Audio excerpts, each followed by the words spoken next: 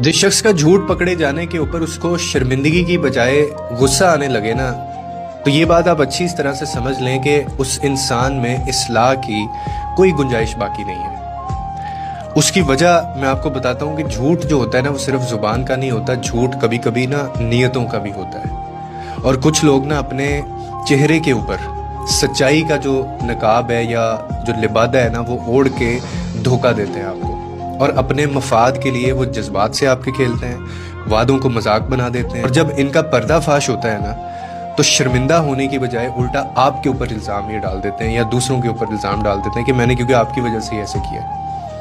ऐसे लोग अंदर से टूटे हुए नहीं होते, बल्कि अंदर से बदनीयत होते हैं।